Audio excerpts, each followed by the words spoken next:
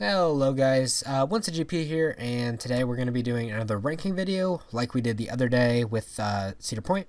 This time we're going to be doing it with Kings Island, which is my home park, so it's going to be a little bit biased towards that. I'm going to have a little bit of stories for each one, and it's going to be more of that instead of more airtimey and all that, ejector and stuff. Less talking about that, more talking about a little bit my personal preferences and why. So before we get into it, I'm going to do a few honorable mentions of coasters that have been with me since I was a child and have recently been taken out very, very rapidly, too, I would add. So, first going to be Firehawk by Vekoma. It was the flying coaster. This was one of my favorites when I used to go. And I was one of those people who, when Kings Island announced that it was getting getting rid of, I really pushed, or I was one of those people who was super adamant that it should have been Vortex. Vortex was super old, super crickety, just rough, and it at that point had run 32 seasons. So, but it's something I had to come to terms with anyways. I love that ride. I'm glad I got to ride it on the last day that it ever ran. Man, the line was long that day, but I'm glad I rode it. And next, obviously, Vortex. That closed the next year, so 2019, on its 33rd operating season. And I was not super sad to see it go. Super photogenic coaster. Really, really sentimental to the park.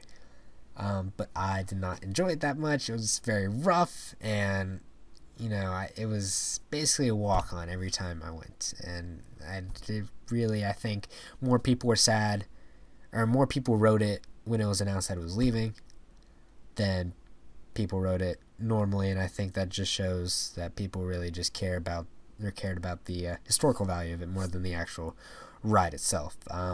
But either way, rest in peace, both of those. But without further ado, let's get into it. Bottom of the list, Great Pumpkin Coaster, E&F Miller, I don't know, Industries. Never heard of that company until this ranking.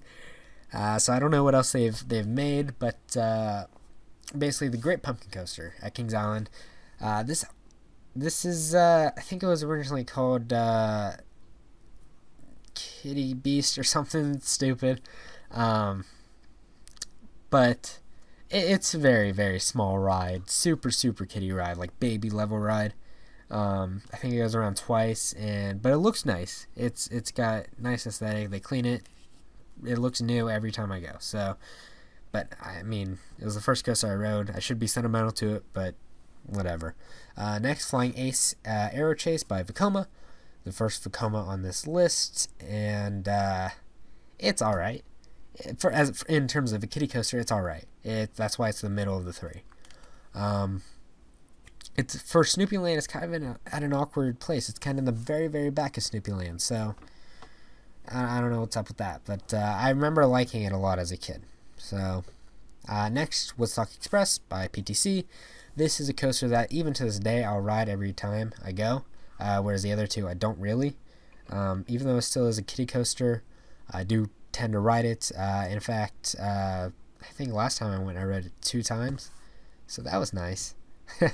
And now kind of getting into the bigger coasters, the Racer by PTC. I think this is the oldest coaster in the park. It's alright. I think Gemini did better at Cedar Point, but that's besides the point.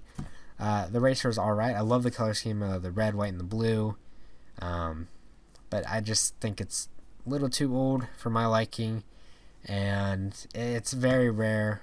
At least I found that it's pretty rare for both coasters to be running at the same time. So when they do, it's kind of cool, the dueling effect, but again, I think Gemini does it better. Moving on to Adventure Express. So if there's one word to describe this coaster, it'd be anticlimactic. It's an alright ride, But then you get to there's a lift hill about 2 minutes or so in, and you think, oh, there's a lot more. But it just drops you off into the loading and the exiting bay, which is super anticlimactic. You have all these statues banging, and there are lights, and there's a lift hill, and you think, crap, what am I getting into? But then it just lets you off. So I think the beginning is pretty fun. Not like terribly fun, but it's all right. So it lets me down every time. Going on next, another aerodynamics, the bat. There's a history with the bats. I won't get too much into it, but I think it started off where Vortex was. Then they took it down. They built it with a new layout, but called it Top Gun, and then later renamed it to the bat. Don't quote me on that. I'm not sure if that's completely accurate, but it's all right. It's a suspended coaster. And I love the view that you get, and how it goes through the trees, but it's just slow. It's more of like a leisurely ride, something you ride after you eat or after an intense ride. You just want to calm down. It's very good at that. It's just kind of gentle and calm, and I really like that about it. But if I had to rank it, it's going to be down here. Next coming up is Premier Ride, Backlot Stunt Coaster. I'm a sucker for this ride, I'll be honest. I think it's a copy or a clone. Don't quote me on that, but I do have fun with it. You know, I love the I think the helix, the triple helix. I think I'm not good with the coaster terms yet, but as soon as you launch, and it is launch, and I like that. And I love the effects of the fire and the helicopter shooting at you, and the police, and you go through the sign. It looks like, and I think the concept and the theming is really nice. But it's just more of a family coaster. Not a kiddie coaster, not a really intense coaster, more of a family coaster. And something I do hate that kind of drags it down for me is the fact that there are no bins. And it's one of those rides where they don't make you put it in a locker. So they let you come on with your bags, but then you have to shove it between your legs. So that's kind of annoying and takes away from a lot of the space. So anyways, coming up next, Premier, kind of the same, Flight of Fear by Premier, my bad. Kind of the same thing. They let you come on with your bags, but you have to put it in between your legs. But if you go in through the where the guests are exiting and kind of go straight, there's a whole like wall of cubbies that nobody knows about, and they don't tell you about it, but you were allowed to use them. So I always put my stuff there ever since I learned about that. And now the ride is a lot more fun. It's in the dark. I really like that aspect. Unless you've ridden it like 4 or 5 times, you really don't know what's coming up next. I really like that. I do dislike the trim brake in the middle. It's super, super annoying. It just slows down the entire ride, and I think the ride would be a lot better without it. That's how most coasters are. Most coaster enthusiasts are about trim brakes.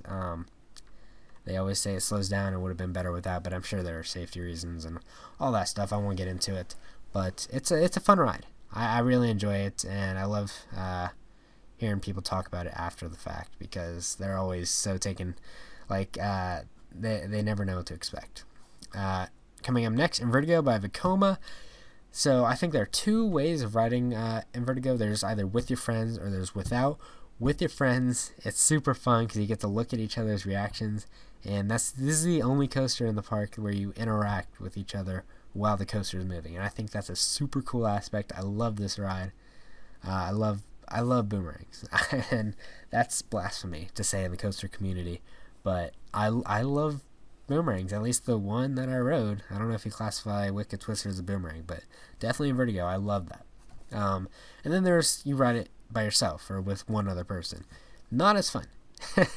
Not just because you're losing out on that aspect, but I tend to ride at the very ends. That way you don't break up a group who is together, and that can really hurt your neck for some reason. I don't know why, but it hurts my neck when you ride on the end. So that's kind of why it's kind of in the middle of the intense coasters. And then starting off the list at number 4 and up now, the Beast. This was unique for all these coasters in the fact that it's an in-house ride. The engineers and all those people who worked at Kings Island are the ones that built this ride. Not Vekoma, not B&M, not PTC, not Aero. It was in-house. So that's kind of why it's got a unique layout, and why it's not like these other coasters. You know, it's got 2 lift hills, which is not very often seen. It's just kind of weird. It's kind of boring, I'll be honest. It's still the longest wooden roller coaster in the world, I believe. Um, and the night ride, people say that it's a whole different like environment and different like beast to handle at night, and you don't really understand why until you ride it at night. I rode it one of the last operating nights this year. It was like 12 o'clock. It was my first time riding it at night. It was like in the morning, like 12 in the morning, like it goes 11:59, 12 a.m. Yeah, that's when I rode it, and it's just dark. It made me feel like I was riding the ride in an abandoned park at night, and like you weren't supposed to be there. And I love that feeling. It kind of didn't know where you're going, and it was weird because it's dark. um, but really, the middle part leading up to the second lift hill, super boring. That whole like minute or so is just straight shot, and it's super boring. It's fast, but there's no like turning or anything. It's just super straight shot and boring. But the beginning and especially the end, my favorite part is the end with the giant, I think helixes where you go into the tunnel. I keep saying helix. I don't know if that's the right term, but that's my favorite part where you go in. Oh, that second half is amazing. Um, but besides that, it's kind of boring. So that's kind of why it's the lowest of the kind of big four. Coming up next, B&M. Number 3, Banshee. It's a very solid ride, and I'll say that. It's not great. Like, it's great for the park, but in terms of the coasters I've ridden, it's alright. It's definitely a solid coaster. I hate the scream that it does. That's kind of annoying. I like that it pays homage to Son of Beast since it's taking up some of its land, but it's just a kind of typical B&M, you know? It's not really that forceful. I've never really experienced that much force with it, but maybe I'm just riding it wrong, so we'll see. Coming up, number 2, GCI Mystic Timbers, the newest ride at the park, at least as of 2020 pre-operating season. It's crazy.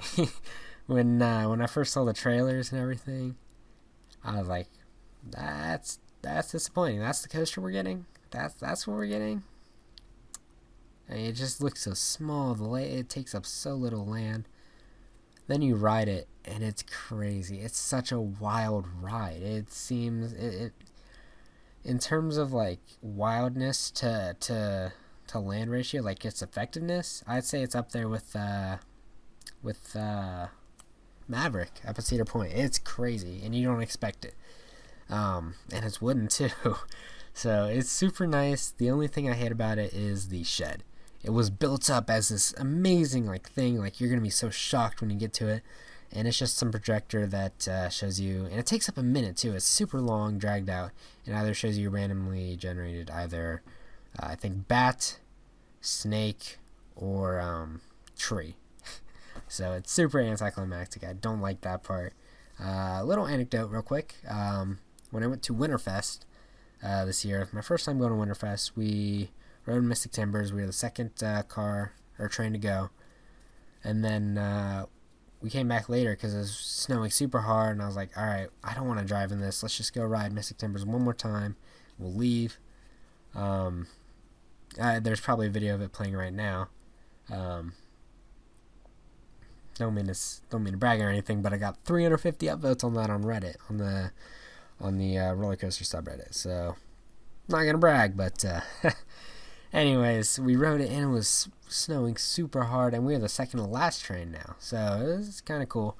But when we rode it, it just adds to the wildness. It's like an obstruction of view, and you're super cold, and you can barely open your eyes because it's just watering, and it's a different experience. And I think that bumped it up. Honestly, I don't know if I would have put it up this high if I didn't do that. So now, finally, number 1, B&M. You all knew what it was going to be. This is a stereotypical number 1 for Kings Island Diamondback.